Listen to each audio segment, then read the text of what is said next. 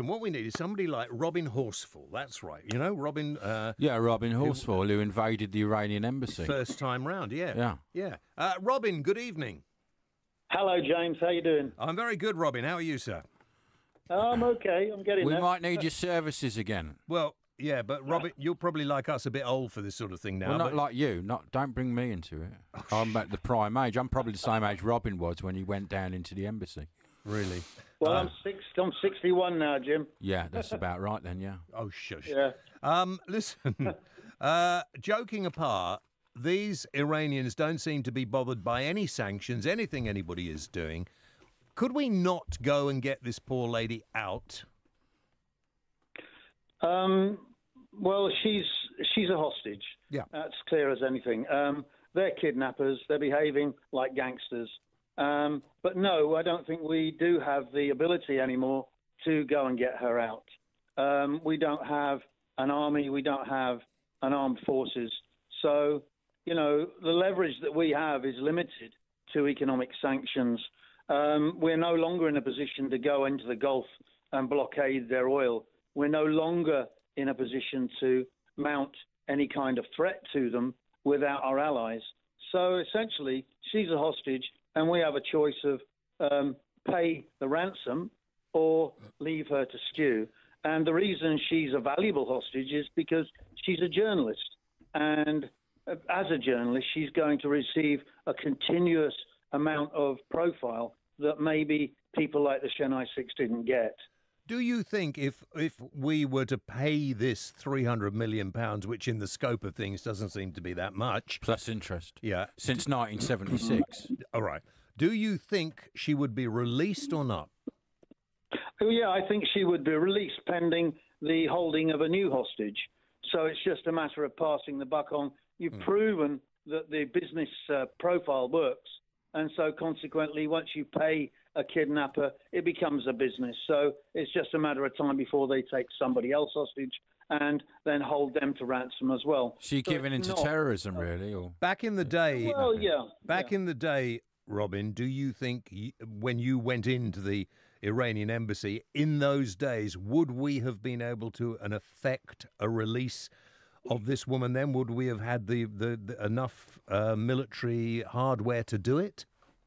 Well, back in the 1980s, we had 4.5% of GDP spent on our military for a start. Yeah. So that's double what we're paying today. And people out there who don't know it, the 2% that they keep quoting includes the military pensions that they're paying out, you know, which is another subject. But you know, at least we had an armed forces that was capable of travelling 8,000 miles to the Falklands and recovering those islands on behalf of the people there and freeing Argentina from a military junta. What we have today is less than half of that, and people don't want to join the army because of the persecution and prosecution of our former soldiers.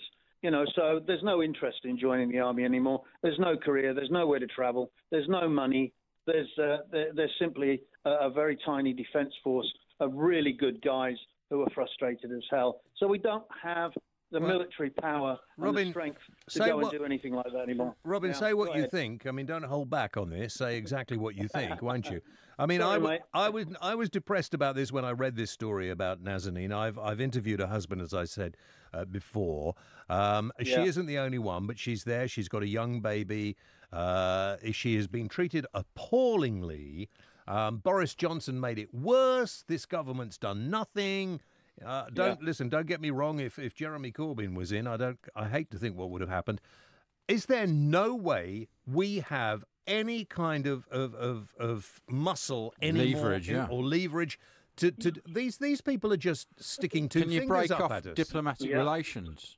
Well, I mean, if you wanted to take it to an extreme and people are prepared to stand up and confront Iran with their behaviour, then yeah, we could send a mine layer into the Gulf and we could embargo Iran and prevent them from shipping out their oil. Why don't we do it? It would really upset China because they buy most of their oil from Iran. So that's even more reason to do it. Well, you know, then China are going to start to sit up and say, "Hey, hang on, you can't do this." Well, they'll pressurise Iran to release the woman.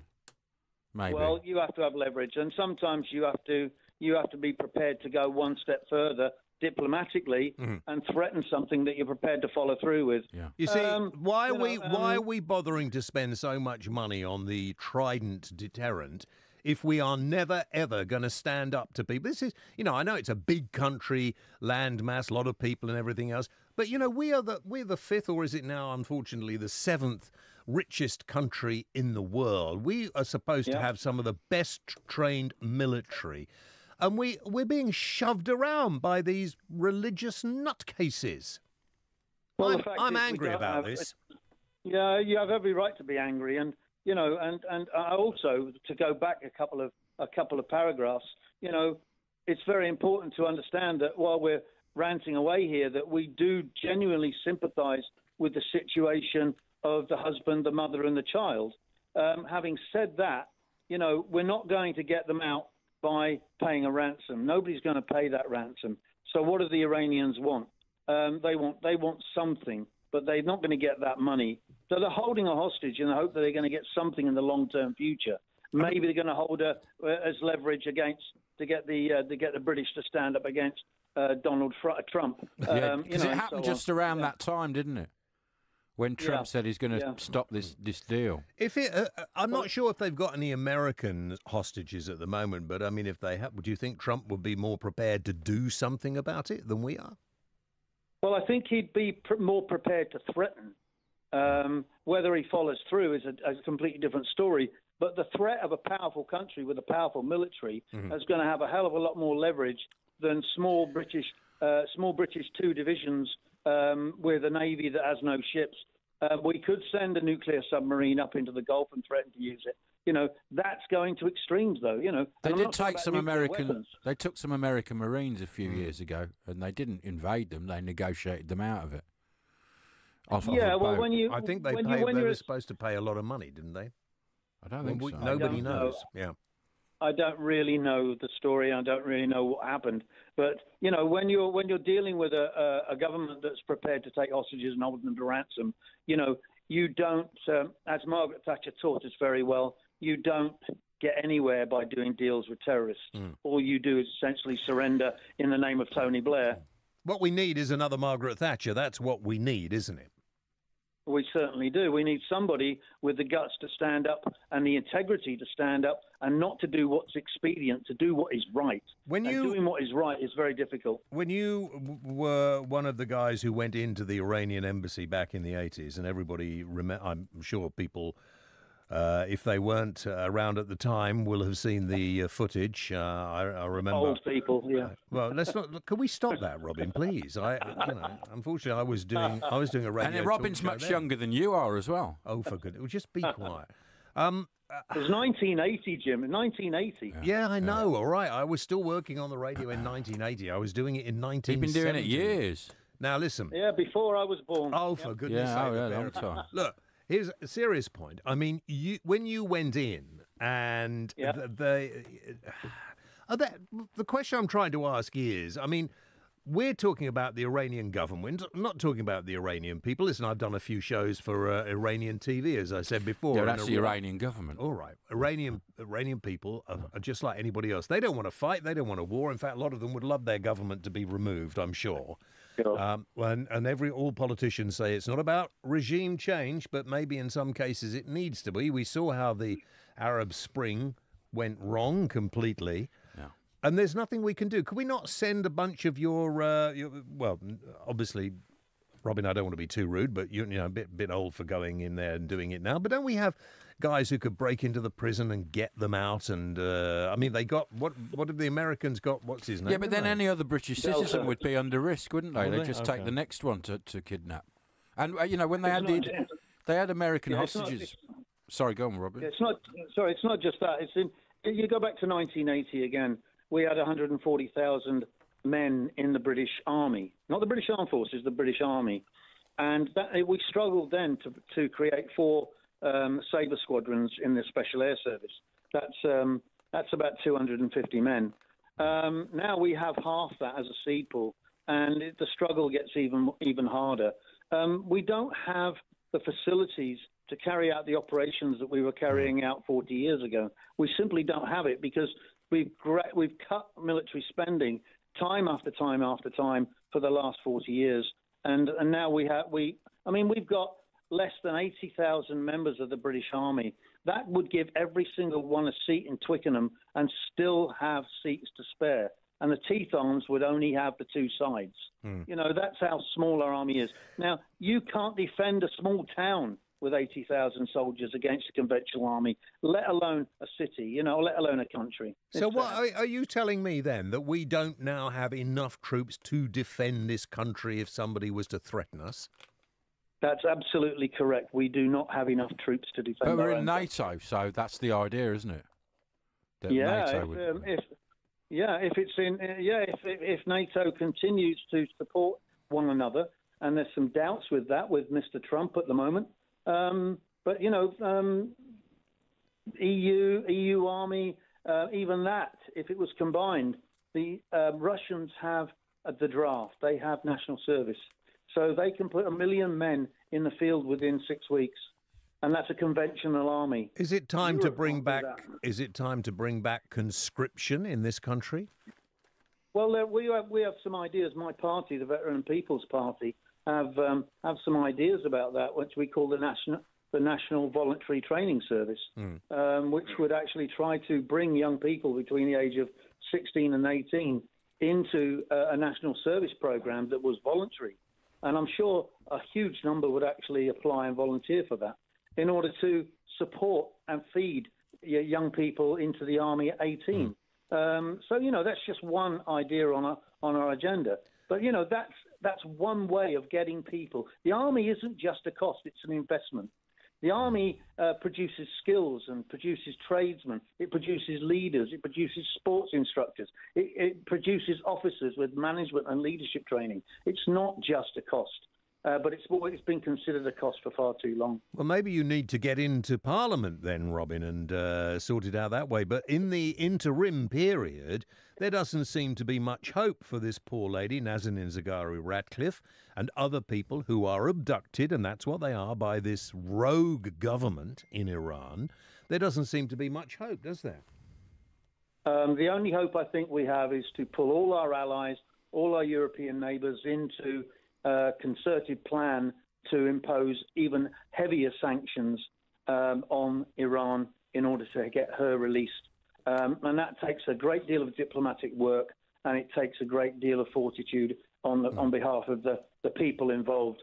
If they all were to set up and say, this is important, let's stand up to gangsters, let's do something, and let's take it on the nose and fight for this lady, then it could be done. Why don't we just send some of you guys into the Iranian embassy again and take some of them hostage? Well, two rights don't make a wrong, do they, unfortunately? And also remember, they didn't take any hostages, the SAS. No. They don't know how to do that. Do they not? No. What do they do? Well, they just, you know, neutralise the threat.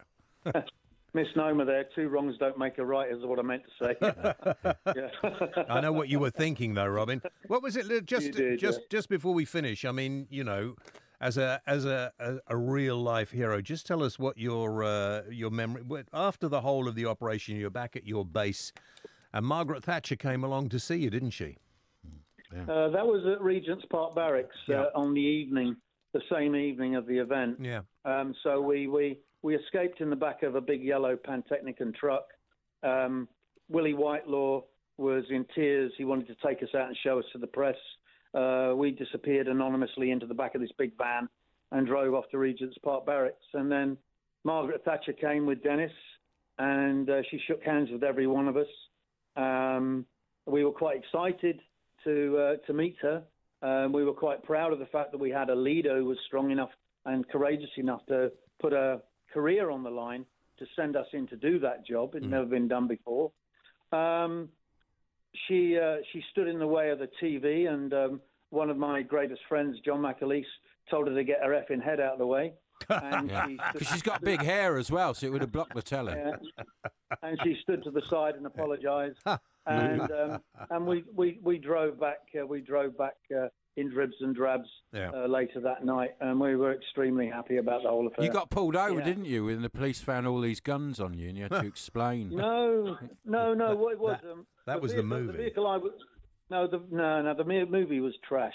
It was absolute garbage. But I'll just say what I think. No, I got pulled over at Heston. I didn't get pulled over at Heston. I got a flat driving through Chiswick, and I pulled over at Heston Services, and it was twilight in the evening, and all our tools and spare wheel and everything were underneath all our weapons. So I walked across to an AA van that was over to the side, and I knocked on the window and I said, "Look, can you give us a hand?" He said, "Are you in the AA?" I said, "Well, did you see what happened on the TV this afternoon?" He said, "Yeah." I said, "We're the guys that did it." I said, "And we need someone to help us change our wheel because all our guns are on top." And quite suspiciously, he came across and looked and realised I was telling the truth. And the AA changed our wheel for us, and we managed to go back to Hereford. So, yeah, that's what happened. Well, it's always nice to get the truth out of the story. Do you think it was good that before the Iranian siege, there had never been any talk about the SAS or Special Forces or anything like that? Nobody knew about it. Yeah. We were a different organisation. We were Fred Karno's army in Darkest, Herefordshire. Yeah. And we just finished a secret war in Oman. And, it was a good place to be. We weren't on high wages. We lived out of each other's pockets, a very happy group. After the fame that came with the siege and so on, a great deal of what went on there changed, and a lot of us moved on to other things because of that change. It wasn't the same animal anymore. And do you think that was with hindsight, should it have been kept quiet who the people who did it were and not made such a fuss of? No, I think that would have been impossible because it was on TV in the British mainland. I think it was just a change caused by the situation and by time, and things do change, and if you don't change with them, then you move on to other things. And it's good publicity, though, as well, for the protection of the country as well, though, wasn't it? Yeah. But how did... Yeah, it prevented other attacks for another 20 years.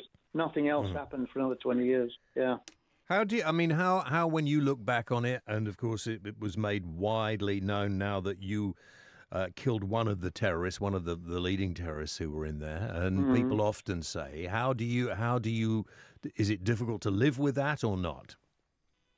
No, I've always had the good fortune to have only ever shot the bad guy, never having taken the life of an innocent civilian by mistake or in crossfire. So I have that privilege. So I'm very proud of the achievements. I'm very proud of what my team, the people I was part of, did on that particular day and on many other days. And so you should be. Yeah. Robin, thank you very much indeed. Well, I don't think we're going to build a little army of people to go and do something about Iran at the moment, but I hope we actually can get somebody with a little bit of what Margaret Thatcher had, which is what we are sadly lacking, in my view, in this country at the moment. And stop allowing people to behave like this around the world. Yeah, courage and fortitude. That's what we need. Yeah. Thanks, Robin.